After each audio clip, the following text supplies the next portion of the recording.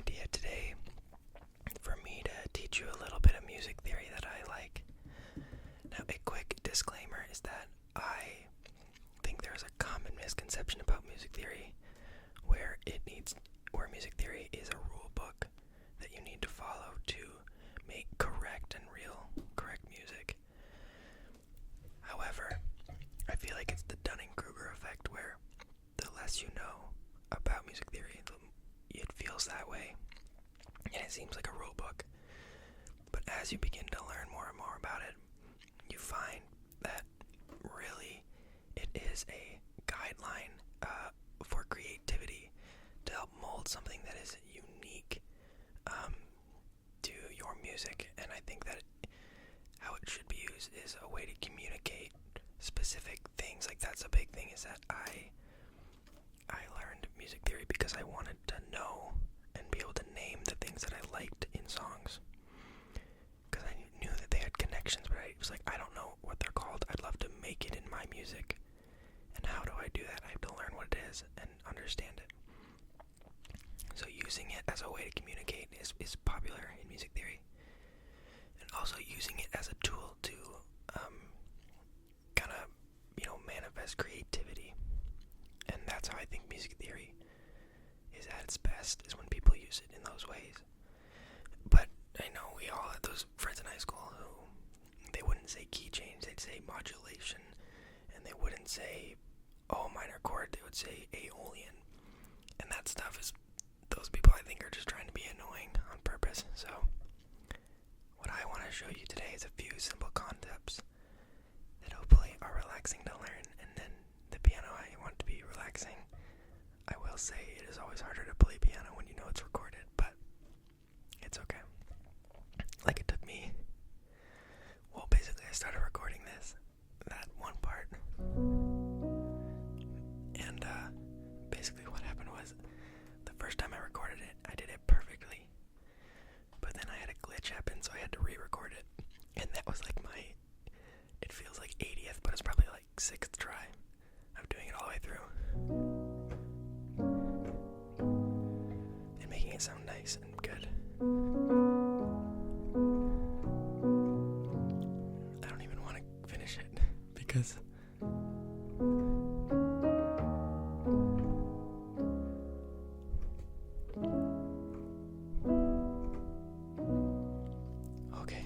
that was dangerous, but that's how we like to keep it on this channel. If you know this song, if you don't know this song, it is Halley's Comet by Billie Eilish from her new album Happier Than Ever. And I really think that she makes some songs that have some beautiful melodies and just beautiful, chords and everything. So basically what I want to do is teach you a few simple concepts in music theory and then show you how they work in this song. Now it's going to be 3 main concepts. I believe it's 3. I guess we'll see. So the first thing, if you don't know anything about music theory, then I'll teach you one thing really quick. So this is a major scale.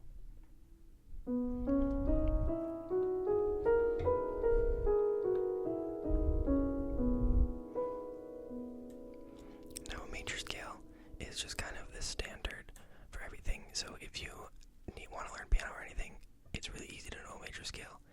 We'll go up 1/2 step to C here. Now if you start on this note and you go all the way up and play the white notes till the next duplicate, you can play a major scale if you just play the white notes. So it's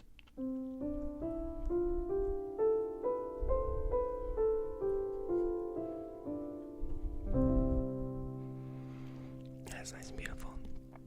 Now there's many different types of scales. Another common one is the just kind of minor scale, just standard is.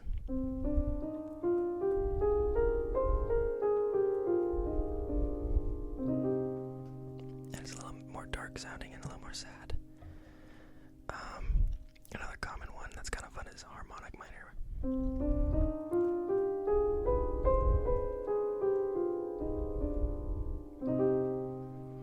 And it's just that one little note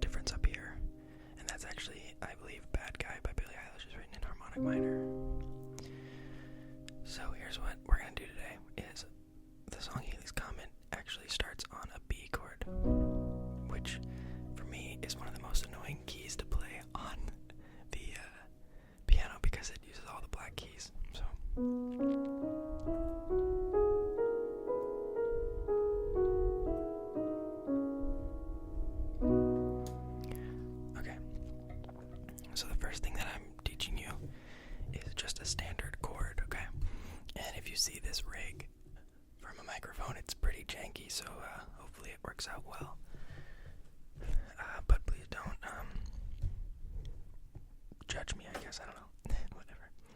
Basically, there's a few things. So I'm going to teach you what a major chord is. Now, in the major scale,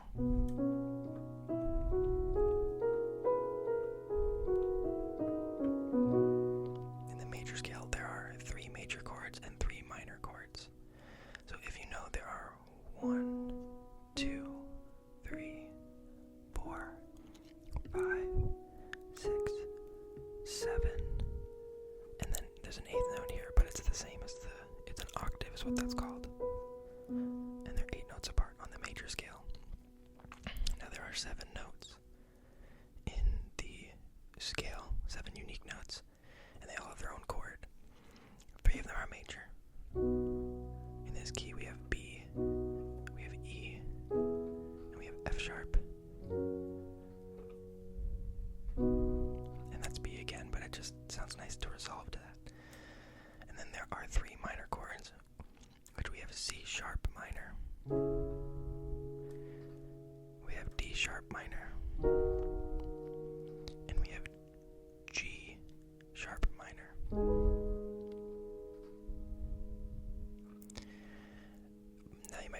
Oh, there's a 7th chord.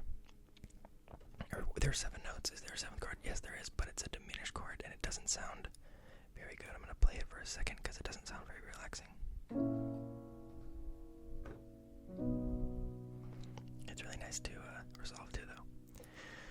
So, a major chord is this note. It's a 1, and then it's a 3rd. There's a 5th as well. Now, if you're trying to map these out, if you go by semitones, which is these half steps, a major chord, if you're starting at 1, or if you're starting at 0, the major 3rd is 1, 2, 3, 4 semitones. Or if you prefer to think of it in the scale, it's the 3rd note in the scale. So if this is 1, this is 2, and this is 3. So that's a major 3rd. And this is just B major. It's the 1 chord in the scale. If B is 1, the 1 chord is major, and that major chord is B major. I'm sorry if I'm going a little too fast or getting too complicated, but basically a major 3rd is 4 semitones away. So if you go from any note on here, we'll go to E. If you go 4 semitones, 1, 2, 3, 4, that's a major 3rd. And you see how it feels light, and it feels kind of almost happy is what people commonly use it as. Now that sounds nice, but it could sound even better. But you want the 5th in there. Now the 5th is 1, 2, 3, 4, 5, 6, 7 semitones away from the whatever the root note is. So that's our 3rd, that's our 1st and our 3rd, and then here's the 5th. And now it really feels whole. If we go to that E again, so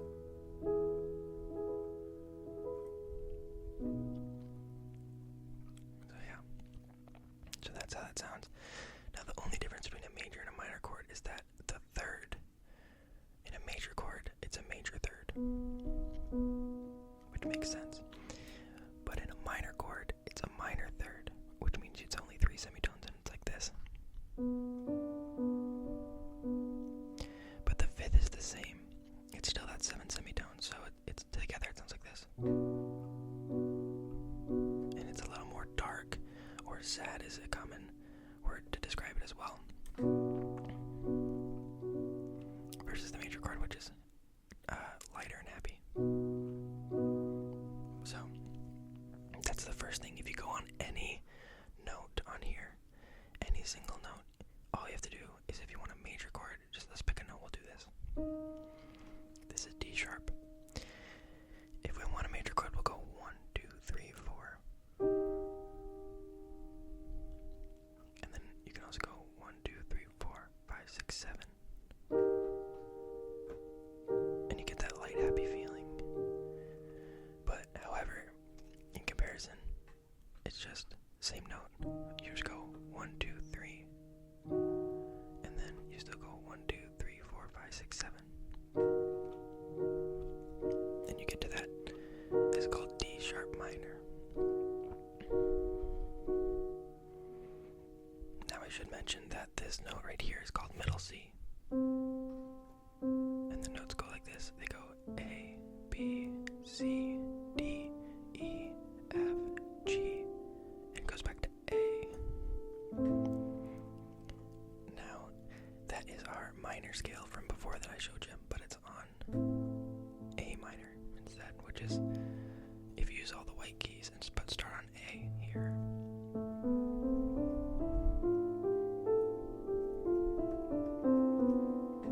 You get A minor. So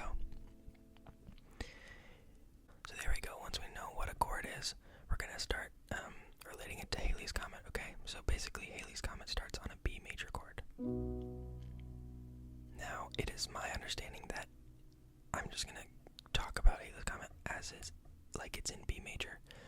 I believe it's in B major. It could be an argument for G sharp minor, which is it's using the same notes, it's just describing it as a minor feel versus a major feel. Because of what note you start on, that maybe is a little too fast. We'll dial it back. So the second concept I want to describe to you is what inversions are. So here we have our B major chord. Now, this is in root position, I believe is what it's called. I should say I understand music theory, but I might say some of the concepts and some of the actual terms, but hopefully I'll still be giving you correct information. But basically, yeah, this is the first inversion, or no, sorry, it's not first inversion, it's the root position.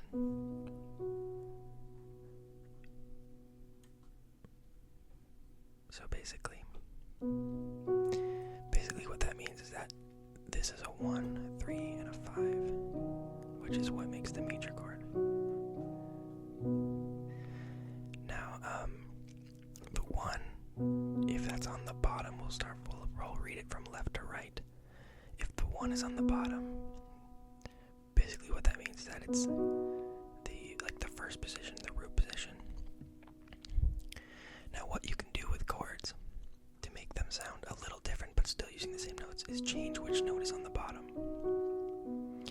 So the note that's highest right now is the F sharp. Now let's swing this and bring it all the way down an octave to the low F sharp, and now we get first inversion.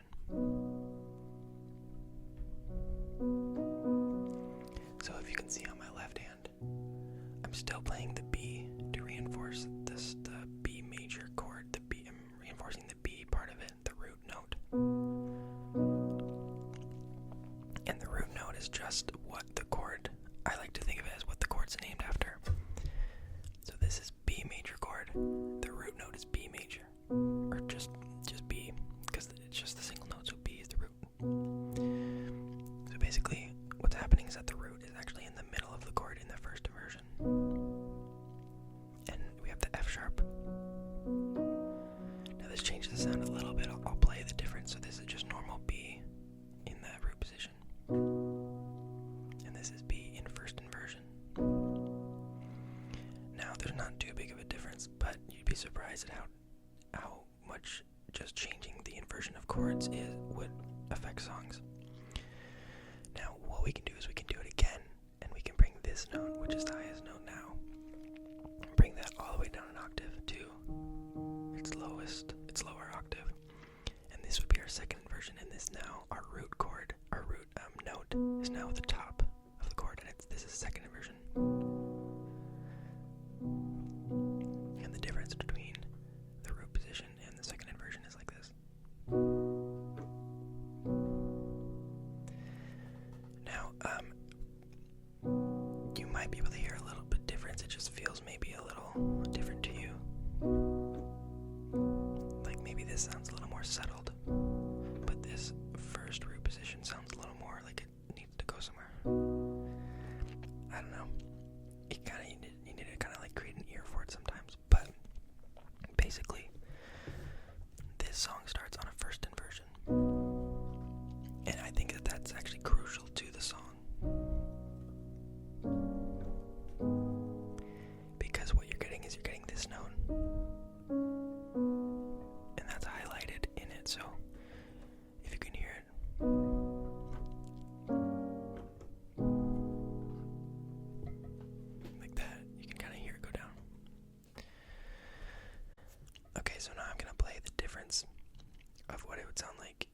its correct inversions versus if they were all in root position, and just how different that sounds. So this is the correct way of the song.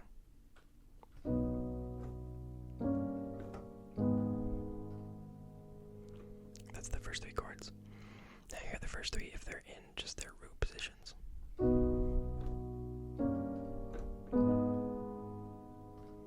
I'll do it one more time with both of them.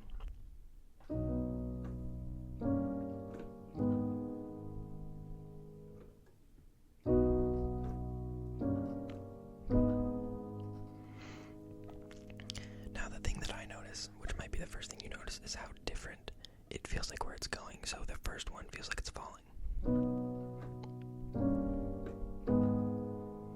And you can hear that because of the top note is falling down, which usually is the first note that people hear because it's the highest, it's the easiest to pick out. So if we change that top note, it sounds like it's actually it's high, and then it's being lifted up.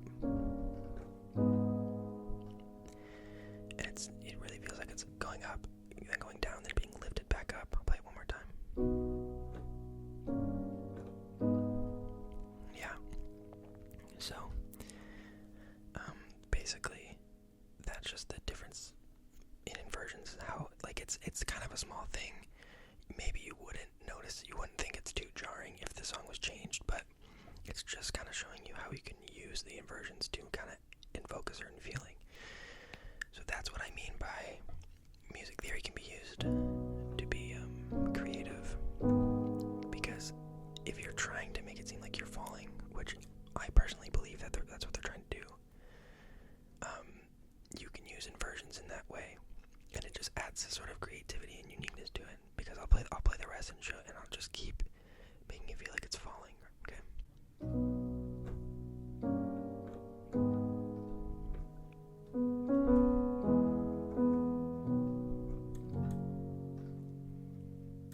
So that first part of the chord progression does feel like it's falling, and that's because the top note is being utilized in such a way in the inversions where it just keeps going down. So, because this is just the top note, I'll play it.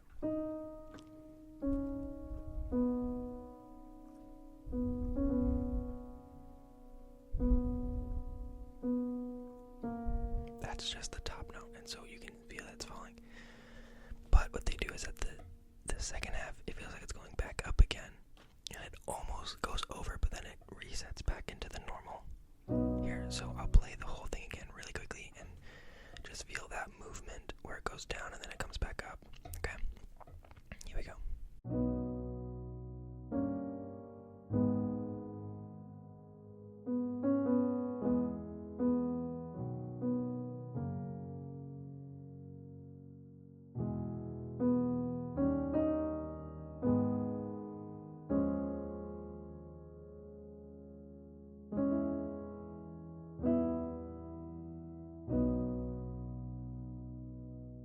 Now, as you can hear that, once it gets low, and this is one of my favorite parts because E is used a lot. E is used a lot, so it's but the inversions change based on during the chord progression, which I really, really like. But yeah, you can kind of hear it once it gets to it kind of feels rested here when it goes to, and then it goes down even more to a different inversion of E, and then back up, and then kind of resisting, but then really going into it, and then just to set us all back, it's just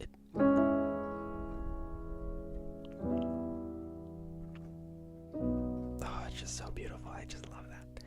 I really like that movement, and the cool thing about that movement is because of inversions. It's just the chords. Let me see if I can play the chords in their all root position. I'll just show you how different it feels. So this is gonna be that. Ready?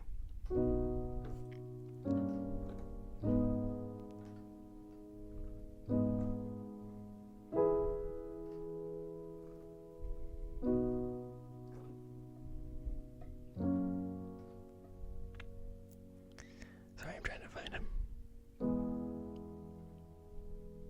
And then it goes,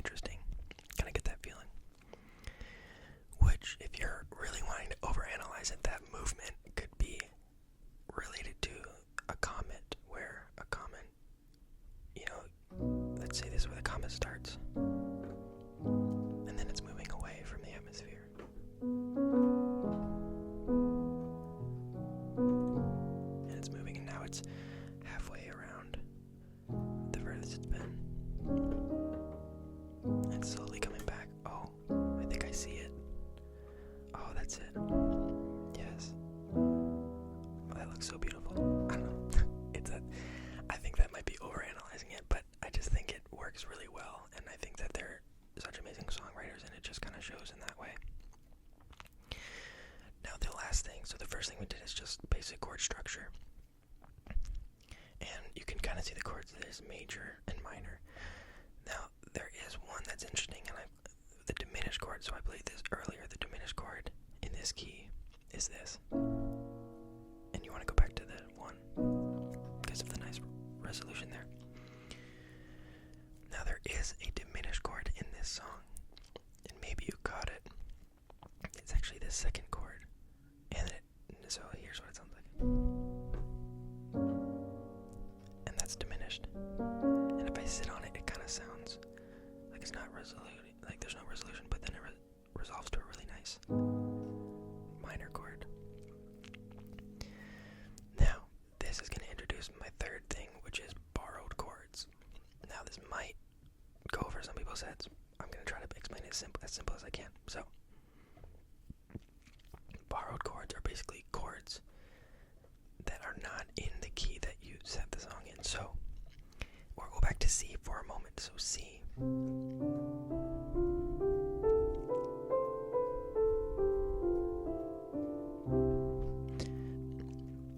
All the chords in C are the white.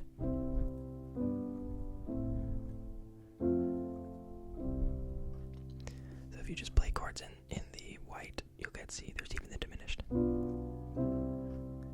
But if let's say I add a chord and I play with one of the black notes, then that would be in the realm of a borrowed chord. And it's called borrowed because you're grabbing it from a different key and putting it into this key. And it's sometimes really nice. So this is what one of my favorite borrowed chords is.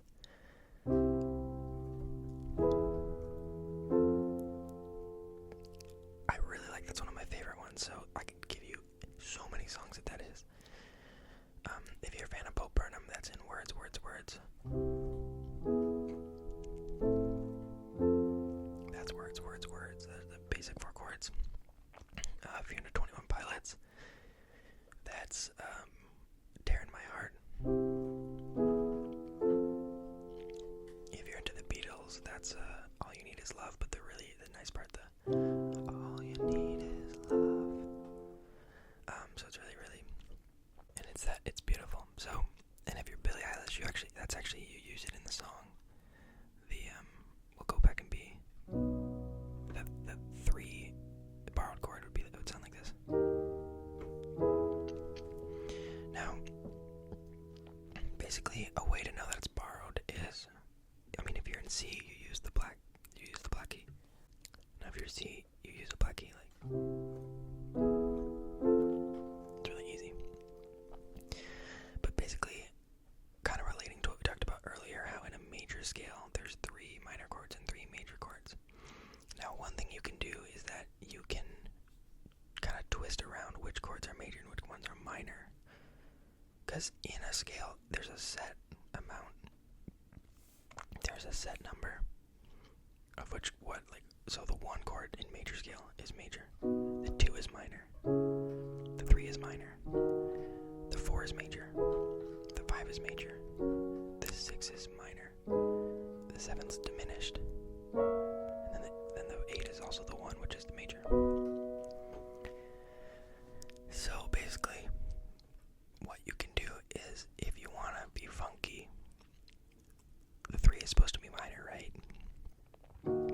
But if you make it major, then it makes it funky. So this is the major 3. And that's one of my favorite borrowed chords. I think it's so nice. And there's so many songs that I could name other than ones I named earlier. Billie Eilish actually uses it in this song, where it's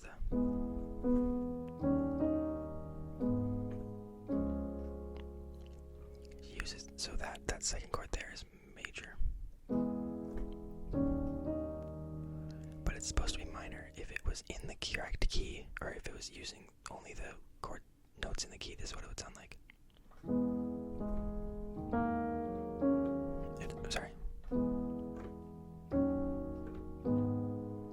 Which still sounds really cool, but it's minor.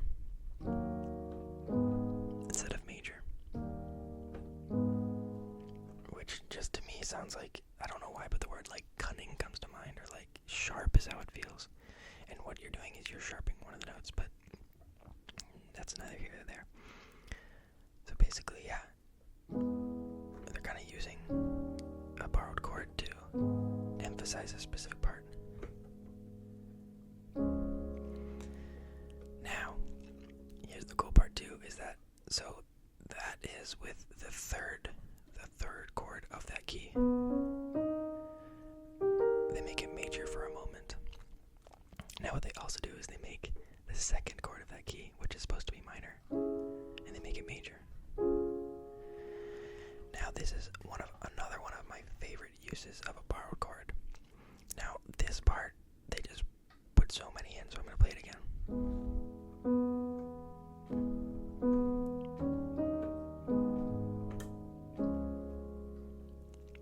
Now, I'm going to play it one more time, and I want you to try to guess which one is the other borrowed chord.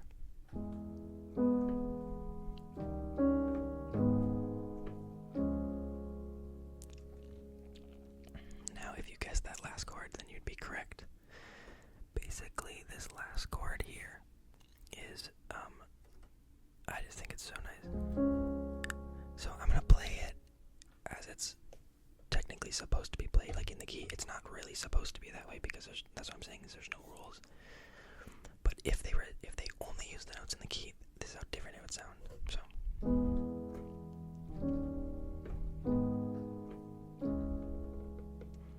and that's for that second chord. It's just how different that minor instead of that major. Which this one I think is such a way different feel, where it's very uplifting and it's like about to go somewhere, is what it feels like for me. So and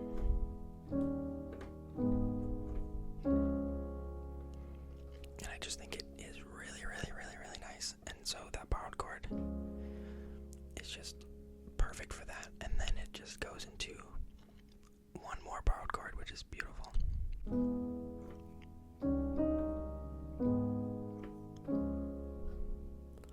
Not this one.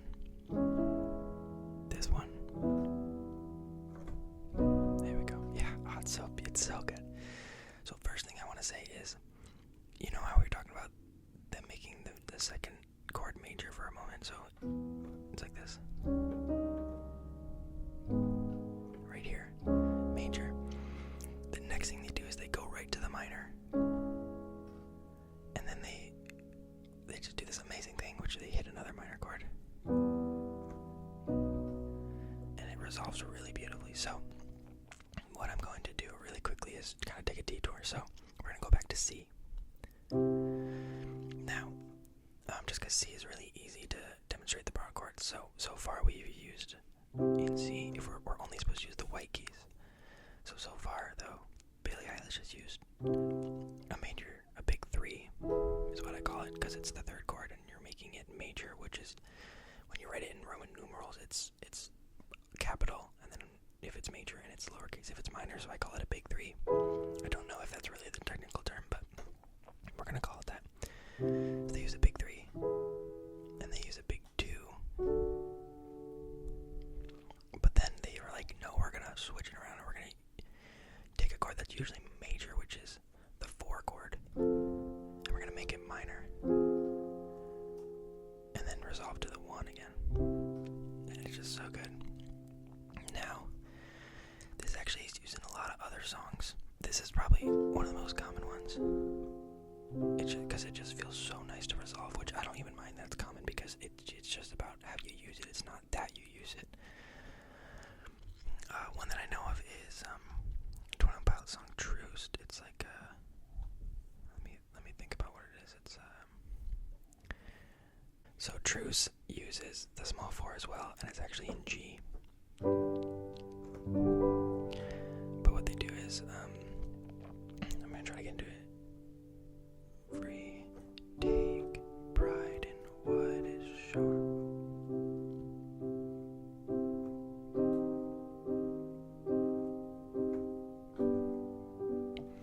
And it's just that resolution is just so beautiful. And so when Billie Eilish uses it, we're back in B. When Billie Eilish uses it, oh my goodness, it's very similar, where it's just falling to the